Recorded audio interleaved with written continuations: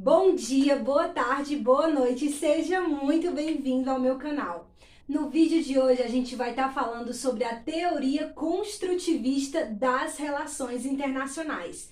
Bom, gente, o intuito desse vídeo hoje, aqui e agora é te ajudar a compreender um pouco mais como funciona a teoria construtivista, vulgo minha teoria favorita, tá?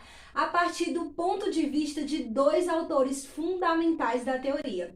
Eu espero que você goste e consiga compreender bem esse tema. Bom, fica comigo e roda a vinheta.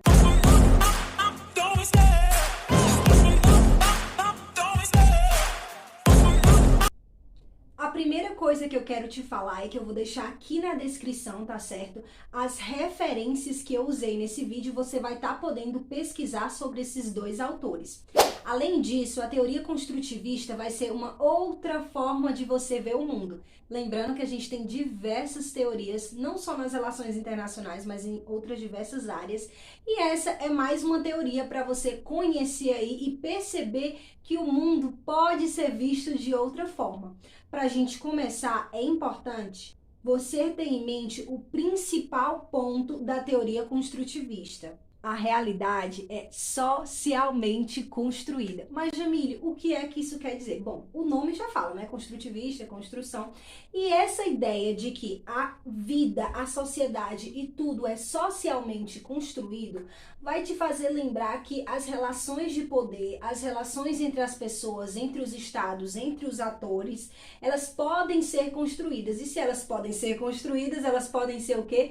Desconstruídas. E isso significa que uma coisa pode vir a acontecer, pode mudar totalmente. Não existe uma eu esqueci como é essa palavra, mas eu não vou guardar essa parte.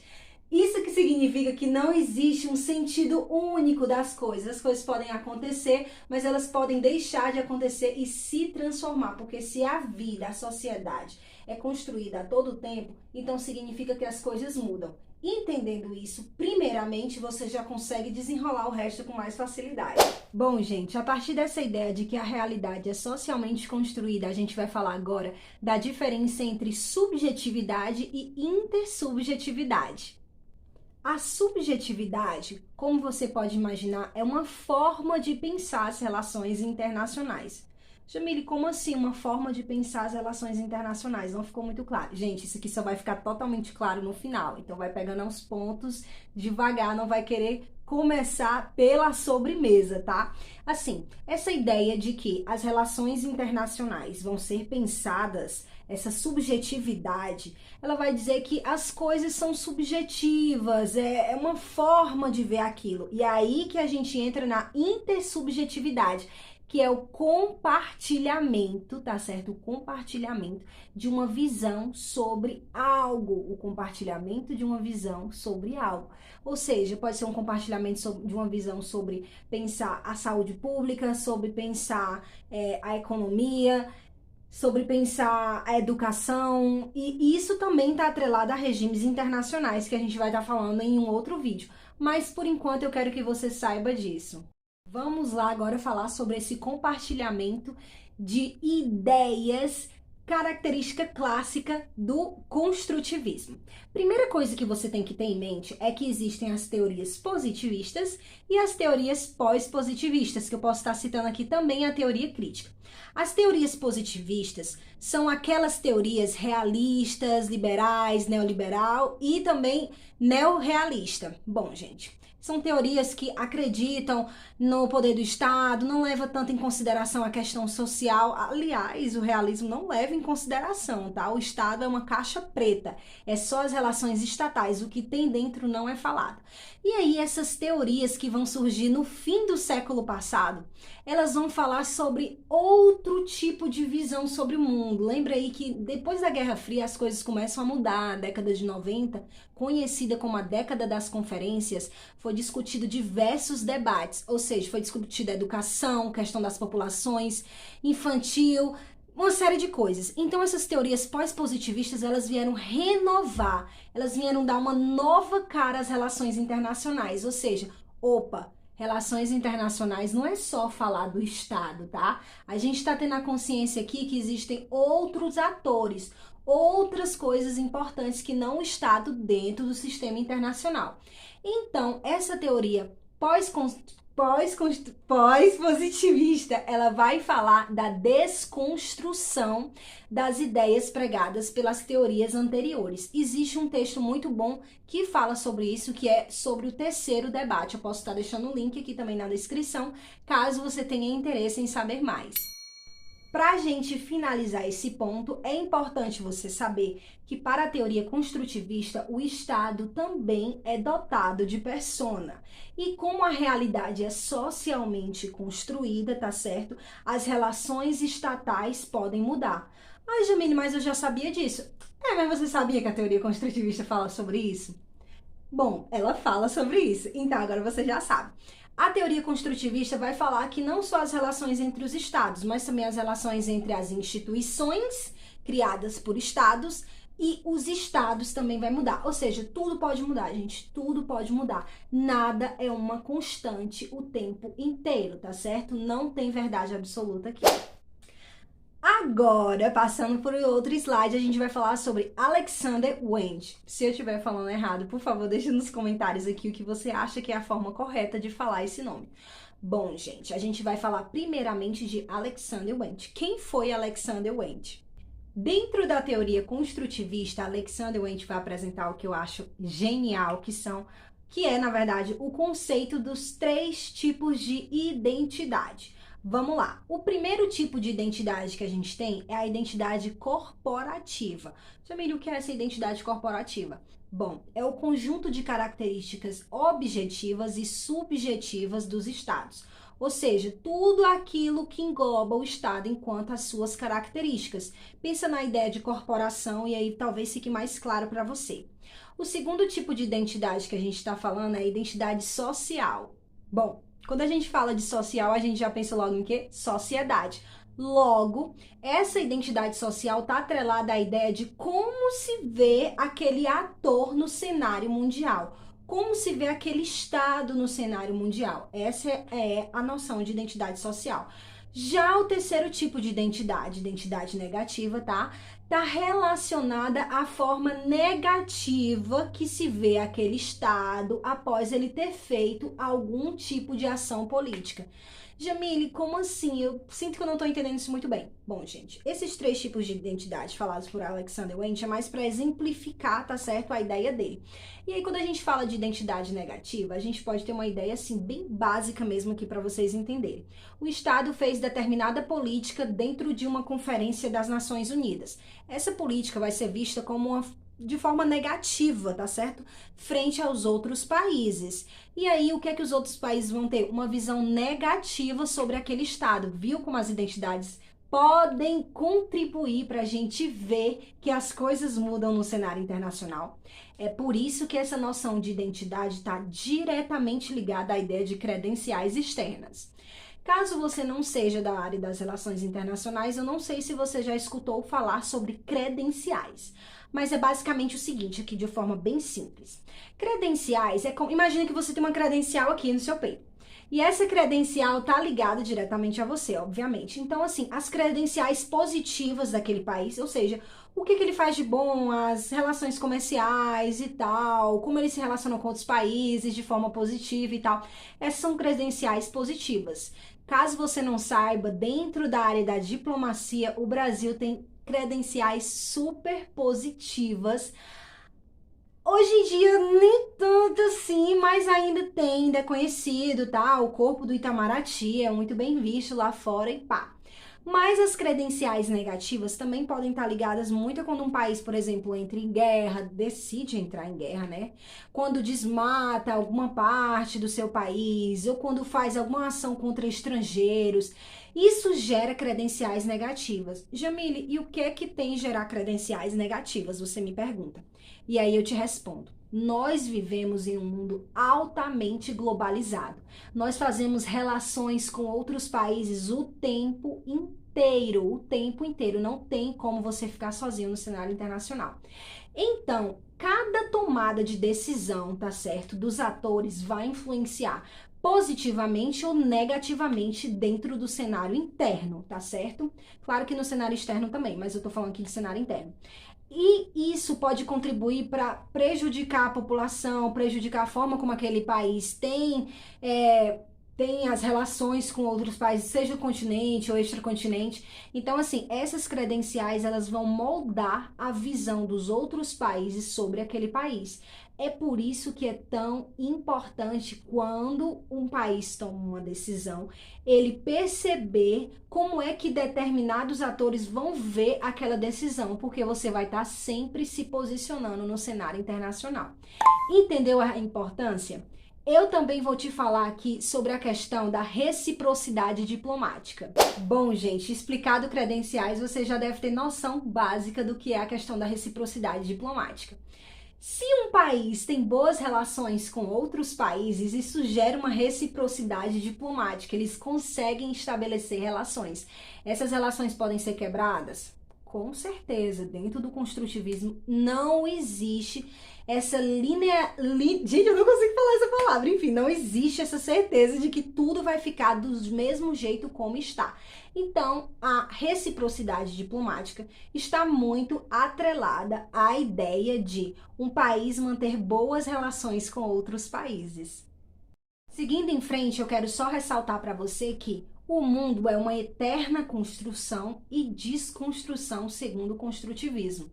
Então, a partir disso, você pode ter uma noção de que, por exemplo, um país A fazia relações com o país B.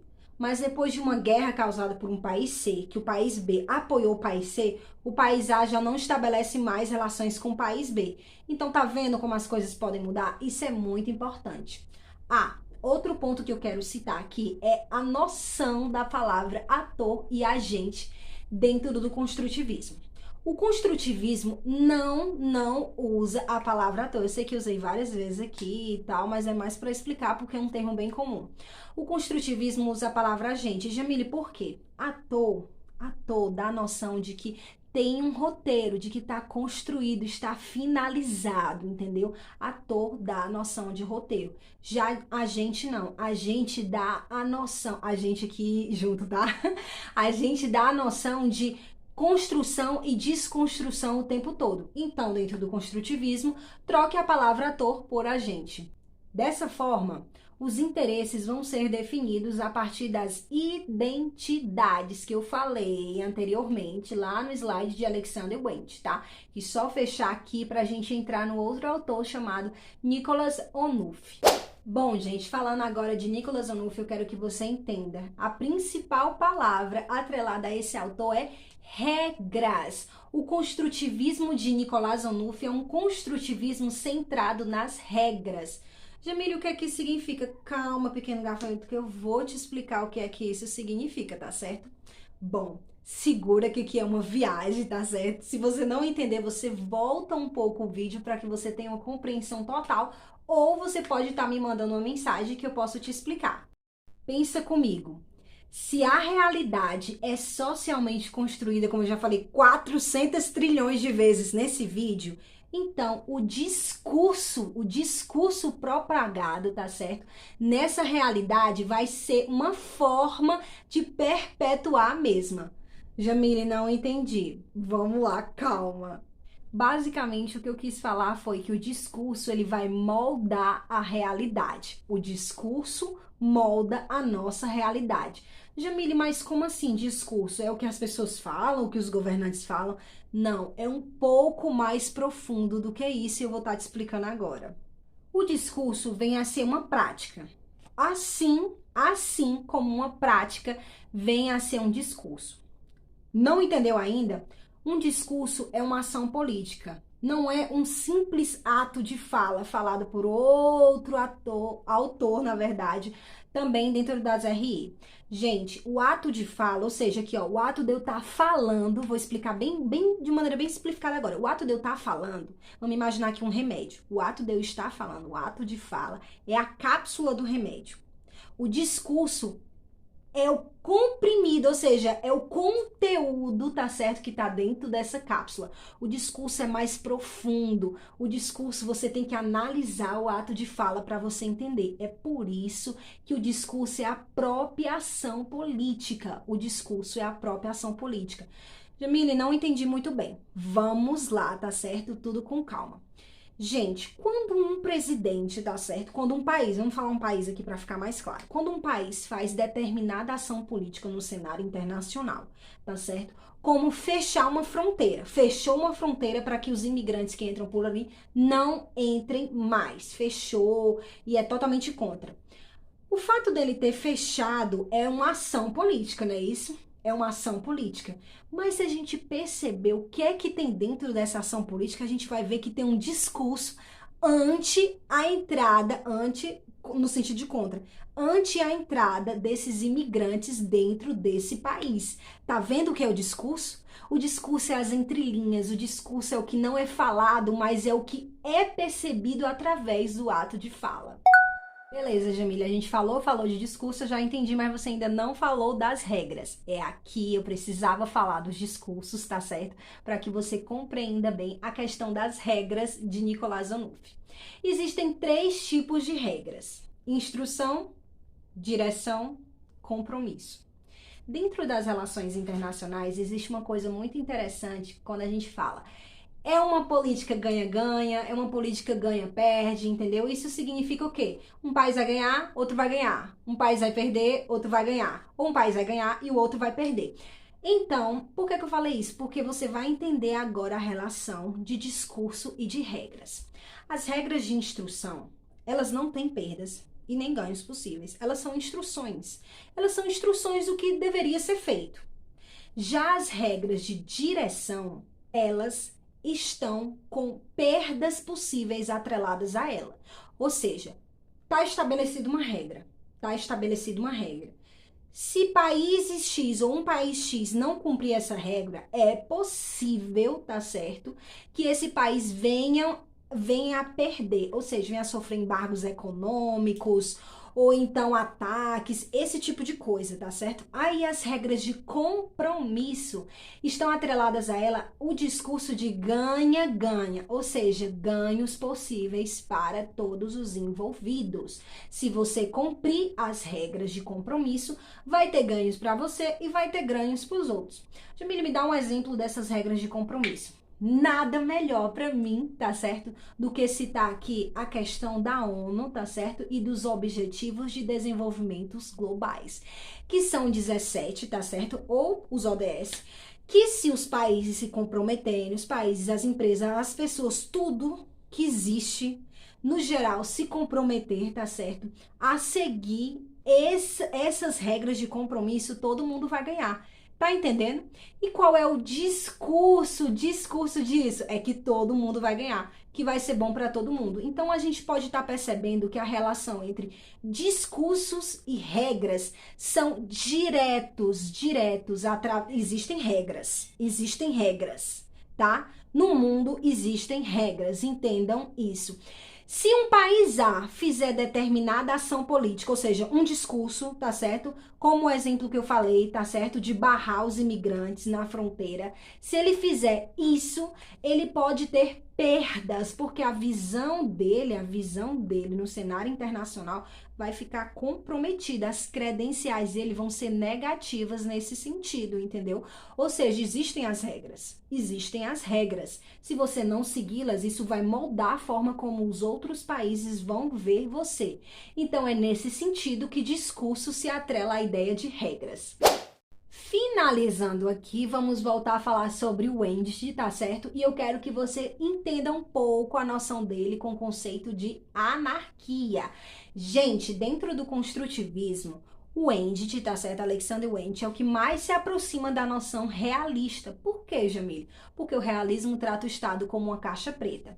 E o Wendt vai falar que a anarquia é o que os Estados fazem dela. A anarquia é o que os Estados fazem dela. Ou seja, ela pode ser de um tipo ou ela pode ser de outro tipo. Há uma construção e uma desconstrução. Já a relação de Onufre é o quê? Existem regras que, se não forem acatadas, vão ter consequências, tá certo? Podem ser essas consequências positivas, ou se elas forem acatadas, negativas, ou seja, faça, existem regras. Faça, pode ser que isso seja visto de uma forma positiva, ou possa ser que isso seja visto de uma forma negativa no cenário internacional. Então, o NUF vai centrar bastante, tá certo? O seu discurso na questão das regras, nas regras do sistema. Agora eu quero chamar você para a gente discutir um pouco sobre a questão entre construtivismo e o cenário atual do mundo. Eu espero, primeiramente, que você tenha tido uma boa compreensão do assunto, tá certo? Muito obrigada por ter me acompanhado até aqui. E agora nós vamos falar um pouco disso aplicado no cenário atual para que você possa entender. Não vou discutir coisa A ou B aqui, tá certo? Até para o vídeo não ficar muito longo. Eu faço lives, tá certo? Então você pode estar acompanhando para ver essas lives. E vamos lá. Gente, atualmente a gente pode estar vendo diversas coisas, como a guerra entre Ucrânia e Rússia, a questão dos Estados Unidos com os países latinos, tá certo? Como andam o Mercosul e os outros blocos econômicos. Eu quero que você entenda que existem muitos pontos no cenário internacional que podem ser analisados através do construtivismo, tá? Mas aqui eu quero que você tenha a noção de que existem relações construídas. E essas relações podem ser desconstruídas, tá certo? Se mudar algo entre elas. É o que a gente pode ver, tá certo? Entre a guerra Rússia e Ucrânia. Uma relação de um país com outro, ela é construída e desconstruída o tempo todo. As ações que eles fazem, não tô falando só deles dois, tá? Tô falando de todos. E como os outros se posicionam na frente de algum conflito, de alguma guerra, ou de alguma situação internacional, também vai fazer com que outros atores vejam aqueles países de uma forma diferente. Não só países, tá certo, gente? Eu também tô falando aqui de instituições. Como assim instituições, Jamília? Eu posso falar aqui, por exemplo, da ONU, que é a instituição mais conhecida aí por todo mundo, até quem é de fora das RI. Então, gente, basicamente eu quero que você tenha a noção de que é um jogo, é um grande jogo internacional, que existe 190 e uns acham que é um valor e outros acham que é outro valor de países, mais de 190 países, vou deixar assim, tá certo? Porque cada um tem sua ideia aí. Existem esses peões, tá certo? E aí esse peão mais esse peão faz uma jogada, tá certo? Aí um terceiro peão, ele decide o lado dele em relação a essa jogada que esse peão fez. Isso já vai alertar outros países, tá certo? Para a forma como esse terceiro peão se posicionou, assim como para os dois outros peões. Então é bem complexo. É uma coisa bem interligada, tá certo? Porque existem países que dependem muito economicamente, tá? De outros países, então isso também posiciona eles em determinados lugares no jogo. Então eu quero que você tenha uma noção que o construtivismo, para mim, atualmente é a teoria que mais se encaixa no cenário atual. Isso justamente por conta dessa relação dos países. Os países estão o tempo todo trocando informações e construindo e desconstruindo a sua visão no cenário internacional. Então, gente, é isso. Eu espero que você tenha entendido. Muito obrigada por ter assistido até aqui e tchau, tchau!